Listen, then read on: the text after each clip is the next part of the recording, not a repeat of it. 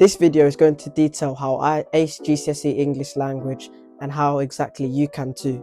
This includes achieving a grade 9, 98% on paper 1 and 100% on one of the creative writing sets, but more on that later.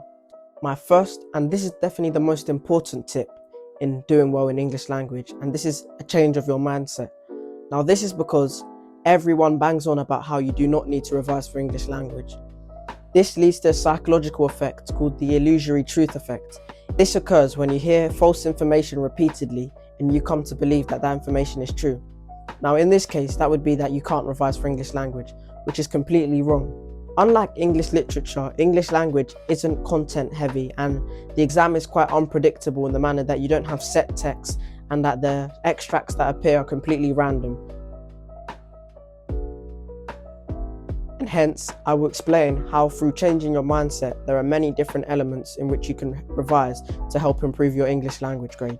Now, the first piece of revision I believe you can do is set analysis.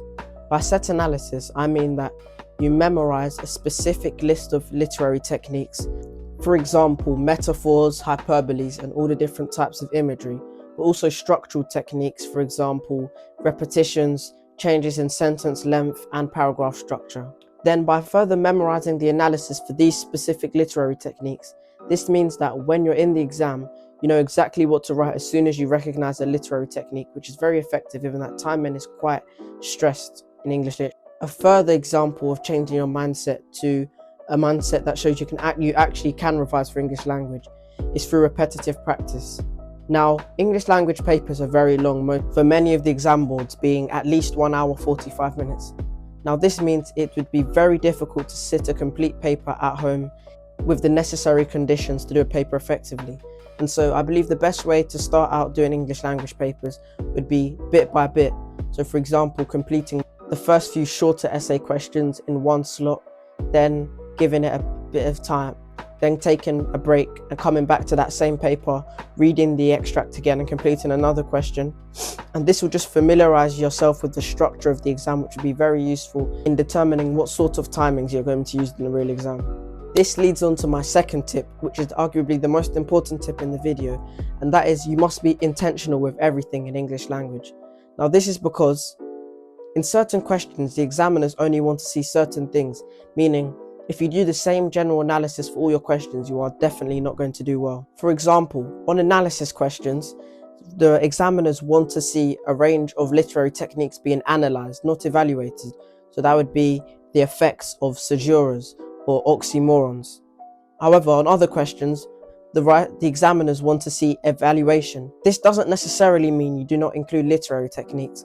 However, it does mean that you shouldn't be over-analysing them, but rather assessing the success of the writer in what they were trying to achieve. For example, evaluate how well the writer created an atmosphere of tension within this extract.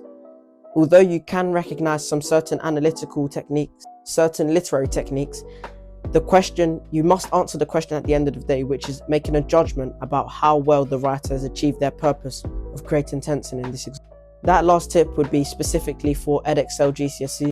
However, this does relate to question 4 on the AQA GCSE English Language, and hence this tip would be useful for that as well. Additionally, on this point of being intentional with everything, this includes utilizing the mark scheme as well as past papers.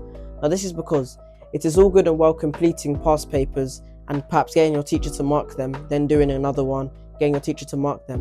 But if you fall into a continuous trap of just completing past papers for the sake of them, but not adapting from any mistakes you make, you're simply not going to improve. Now, by utilizing the mark scheme, what I mean is perhaps looking for certain common points that often come up in the mark scheme that you can memorize and purposely put in your answer with intention, knowing that it's most likely going to be on the mark scheme. This is very useful because the examiner here recognizes that you clearly know what they're looking for, and when you have something that exactly aligns with the mark scheme, it definitely does improve your odds of the examiner giving you a higher mark. And on my last point of being intentional with everything, this is being very intentional with your creative writing. Now this is because with creative writing, they don't actually want you to be too creative, but it's really you filling in a sort of checklist, and if you are able to complete that checklist, that is how you move to the higher bands and the higher grades. Although this isn't the best way to judge someone's ability to write creatively, it is the way that the exam is marked, and so essentially you have to play the game to go in your way, in your favour. And so what I did to combat this was I would have created a list of all the different literary techniques that I'm going to need to memorize for recognition in the extract, but then this also doubles up as the literary techniques that I'm going to use in my creative writing. Now with this list, I would have sought 3 or 4 per paragraph of a 5-paragraph creative writing essay and make sure I use them obviously in the creative writing.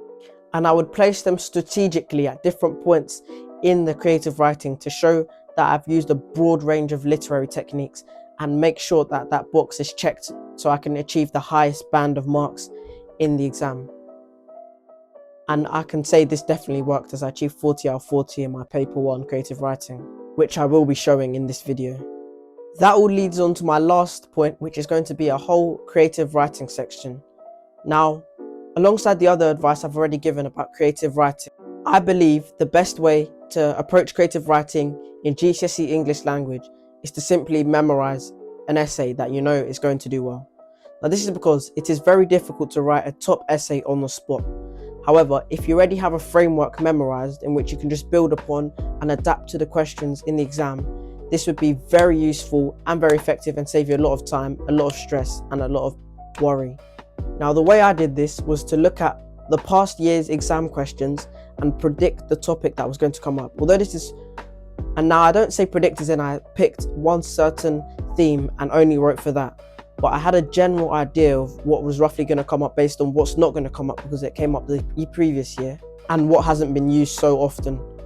And so I created an essay that was very adaptable, then handed this into my teacher who marked it, and that which I handed to my teacher and marked to make sure it was going to achieve the top band.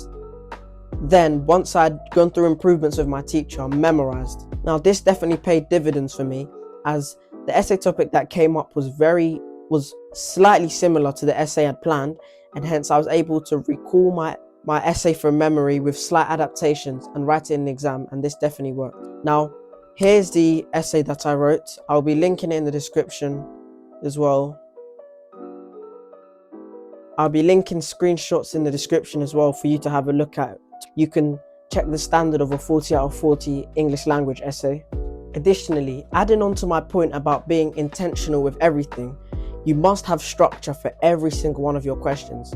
Now this means that as soon as you see a certain question, you know exactly how many marks it is, exactly how you're structuring the answer in a way that follows the different examining assessment objectives. These are these assessment objectives for Edexcel, and here are the ones for AQA. Now by using these and studying these, you can tell exactly what the examiner wants. Now this will definitely help with being intentional, as you don't waffle on about points that aren't going to get you marks, but you're straight to the point, acronyms for structures that you know are going to cover all the exam points. This is how you get into the top bands for English language and achieve great marks such as 98% on paper 1.